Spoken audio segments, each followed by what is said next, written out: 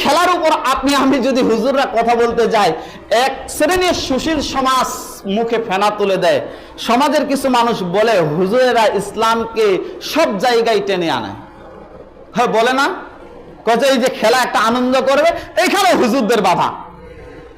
কি বলে না? বলে না যে হুজুরদের খালি এই কাজ নাই কাম নাই, খালি এগুলো সব জায়গায় খালি ইসলামকে টেনে আনে। আচ্ছা, আপনি বলেন তো আল্লাহ সুবহানাহু ওয়া তাআলার নিকট পূর্ণাঙ্গ জীবন বিধান কি? বলেন। কোরআন। এটা বিশ্বাস হয়? আমার মনে হয় না আপনাদের বিশ্বাস হয়। যদি বিশ্বাস পরিপূর্ণ হতো আওয়াজটা গিম গিম করে উঠতো। বিশ্বাসটা দুর্বল আছে। কিভাবে বিশ্বাসটা দুর্বল আছে? আল্লাহ সুবহানাহু ওয়া তাআলা সূরা ইমরানের 19 নম্বর আয়াতের মধ্যে স্পষ্টভাবে বলে দিয়েছেন, ইন্নাদ-দীনা ইনদাল্লাহিল ইসলাম। আল্লাহর নিকট একমাত্র মনোনীত জীবন বিধান হচ্ছে, ধর্ম হচ্ছে কি? ইসলাম। তাহলে এই ইসলামে আল্লাহ সুবহানাহু ওয়া তাআলা প্রতিটি বিষয়ে আলোচনা করেছেন, না শুধুমাত্র নির্দিষ্ট কিছু ইবাদতের কথা আলোচনা করেছেন? কি বলেন না? জোরে বলেন।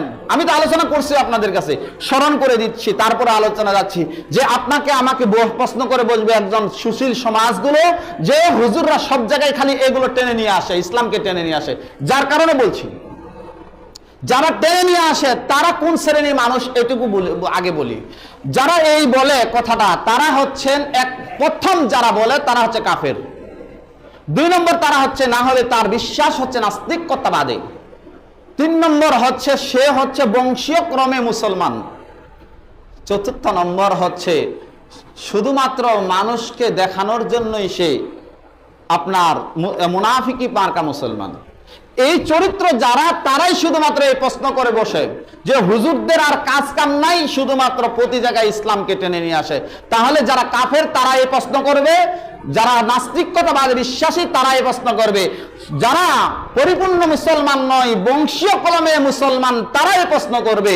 4র্থ নম্বর যারা মুসলমান, নামাজও পড়ে, রোজাও করে, হজও করে, কিন্তু মুনাফিক তারা এই প্রশ্ন করবে। পরিপূর্ণ ঈমানদার ব্যক্তি কুশ্চেন কালো বলবে না। কেন? আল্লাহ রাব্বুল আলামিন এই যে আগে বললাম সূরা আল ইমরানের 19 নম্বর আয়াত, ইন্নাদ-দীনা ইনদাল্লাহিল ইসলাম। আল্লাহর নিকট মনোনীত একমাত্র জীবন বিধান পরিপূর্ণ ধর্ম হচ্ছে ইসলাম, আর কোনো ধর্ম নেই। আর সূরাতুন নাহলের 89 নম্বর আয়াতের মধ্যে আল্লাহ রাব্বুল আলামিন কত সুন্দর করে বলছেন। আল্লাহ রাব্বুল আলামিন 89 নম্বর আয়াতের মধ্যে বলছেন, ওয়া নাযালনা আলাইকাল কিতাবা তিবিয়ানান লিকুল্লি শাইইন।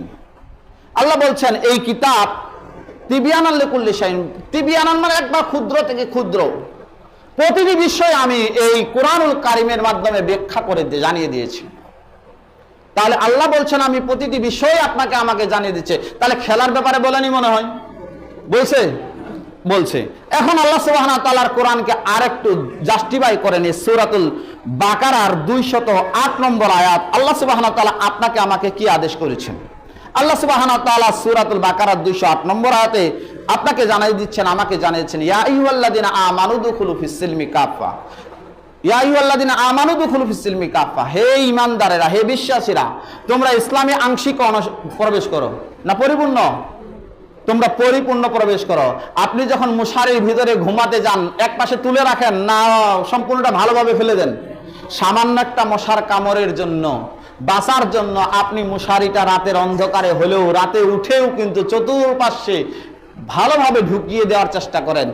আর ইসলামে ঢোকার সময় আপনি আমি বলেন এটা ইসলামে এত কঠিন নয়, এটা মানা যাবে না। কিন্তু আল্লাহ বলেছেন কি, ইয়া আইয়ুহাল্লাযিনা আমানু দুখুলু ফিস সিলমি কাফা। আর তোমরা ইসলামের মধ্যে পরিপূর্ণভাবে প্রবেশ করো। পরের অংশে বলেছেন, ওয়ালা তাত্তাবিউ খুতুওয়াতিশ শাইতান। আর তোমরা শয়তানের পন্থা অনুকরণ করো না। ইন্নাহু লাকুম আদুবুম মুবিন। নিশ্চয়ই শয়তান তোমাদের গোপনীয় শত্রু না প্রকাশ্য?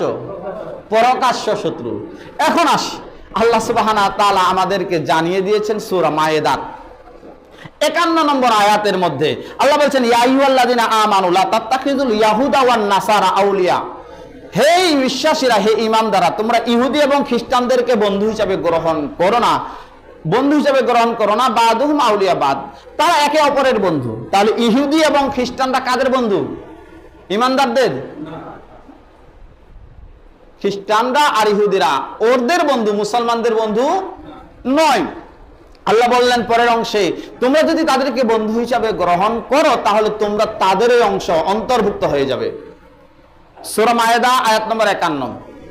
তাহলে আজকে আল্লাহ সুবহানাহু ওয়া তাআলা আপনাকে আমাকে আদেশ করেছেন, ইন্নামাল মুমিনুনা ইখওয়া, মুমিনরা হচ্ছে একে অপরের বন্ধু, ভাই, একে অপরের কি ভাই। তাহলে আপনি যাকে সমর্থন করছেন সে কি ইমানদার? ব্রাজিল কি ইমানদার? জোরে বলেন যুবকরা। হাসা শুরু করে দিছে, দেখছেন? আনন্দ পাইছে, আনন্দ পাইছে যে আজকে কি অবস্থা, আনন্দ পাইছে তারা। ব্রাজিল কি ইমানদার? আর্জেন্টিনা, ইতালি না। তাহলে যে খেলাটা হচ্ছে এটা হচ্ছে ফুটবল খেলা নয়, এটা লাথি প্রতিযোগিতা খেলা। আমি বলি এটা লাথি প্রতিযোগিতা।